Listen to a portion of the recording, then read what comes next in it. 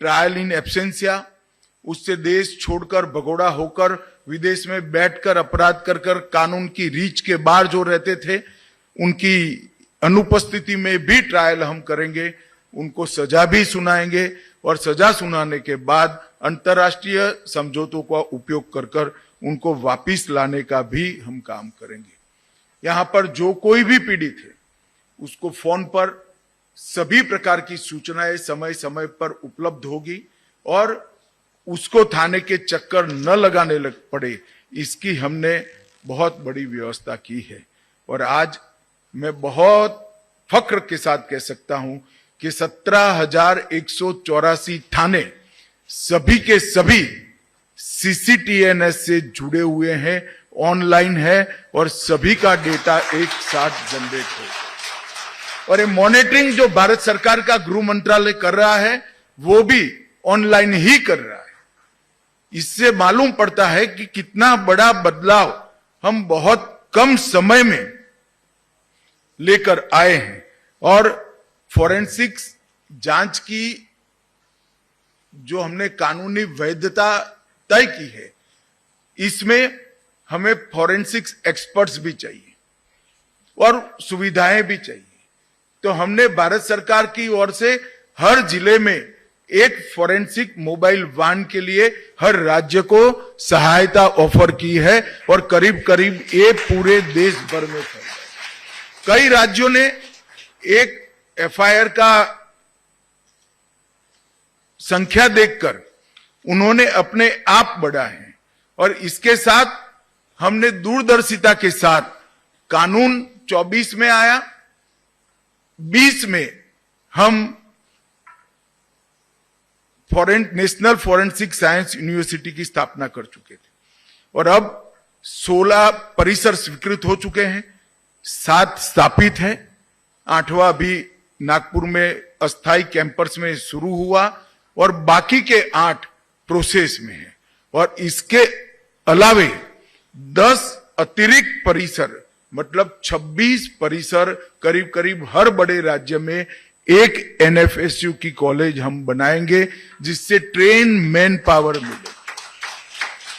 इसको बारीकी से अगर कोई स्टडी करे तो 26 परिसर से 36,000 विद्यार्थी डिप्लोमा, डिग्री और PhD के साथ बाहर निकलेंगे और हमारी रिक्वायरमेंट साल की 30,000 तक की है। तो एक प्रकार से जितनी रिक्वायरमेंट है इतना ट्रेन ह्यूमन रिसोर्स बनाने का काम हम एडवांस में ही समाप्त कर चुके हैं और मुझे विश्वास है कि सारे बच्चे जो बाहर निकलेंगे वो एक नई ऊर्जा के साथ, नए विश्वास के साथ हमारी आपराधिक न्याय प्रणाली को कंट्रीब्यूट करेंगे। मैं CSFL की बात करूं तो CFSL पुणे बायोलॉजी और केमिकल फोरेंसिक्स में बहुत आगे बढ़ चुका है। CFSL भोपाल, गुवाहाटी और जम्मू वो भी अच्छे तरीके से एक्टिवेट हो चुके हैं।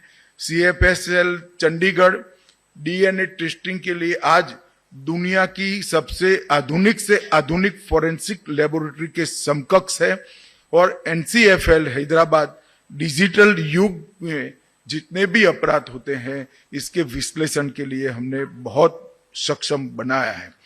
1300 करोड़ से अधिक लागत से NFSU के और 9 कैंपस बनेंगे और 860 करोड़ की लागत से नई 7 सेंट्रल फोरेंसिक साइंस लेबोरेटरी बनाएंगे जो उत्तर प्रदेश, छत्तीसगढ़, उड़ीसा, राजस्थान, तमिलनाडु, केरल और बिहार में होगी। तो एक प्रकार से देश भर में राज्यों की फोरेंसिक साइंस की फैसिलिटी को एक सपोर्ट बेस बनाने का काम भारत सरकार के गृह मंत्रालय ने कर दिया है।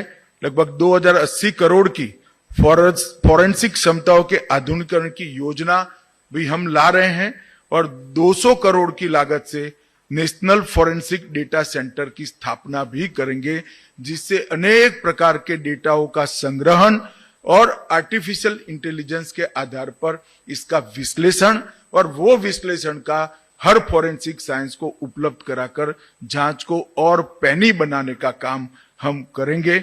इससे भारत अब एविडेंस बेस्ड जस्टिस के युग में प्रवेश करने की बहुत सरलता हो जाएगी। भाइयों बहनों, आज मेरे सामने ज्यादातर लोग वो बैठे हैं जो इस लैब से जुड़े हैं या इस काम से जुड़े हैं। मेरा आप सभी से अपील है, इसको हम प्रोफेशनल काम न समझें।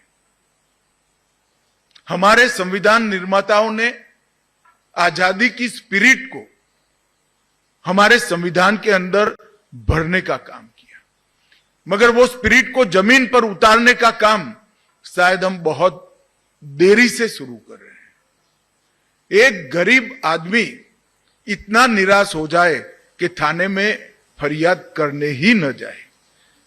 उसके शरीर के साथ हुए अन्याय को, उसकी संपत्ति के साथ हुए अन्याय को और उसके सम्मान के साथ हुए अन्याय का न्याय मांगने का इसका हौसला ही टूट गया है।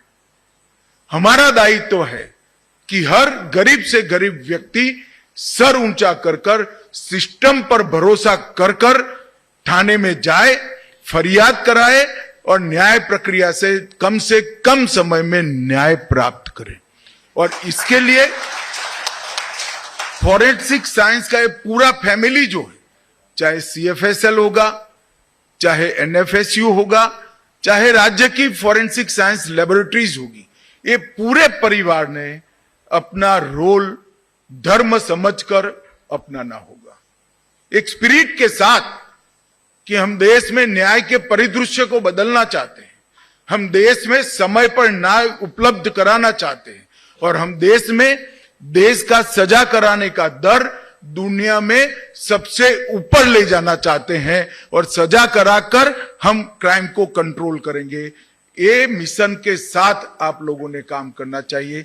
जैन साहब के नेतृत्व में आप सभी, मुझे भरोसा है कि ये जो स्पिरिट है भारत सरकार का, उसको जमीन पर उतारने में हम सब लगेंगे और हमारे 130 करोड़ लोगों को फिर से एक बार न्याय पर भरोसा हो, ऐसा वातावरण बनाएंगे।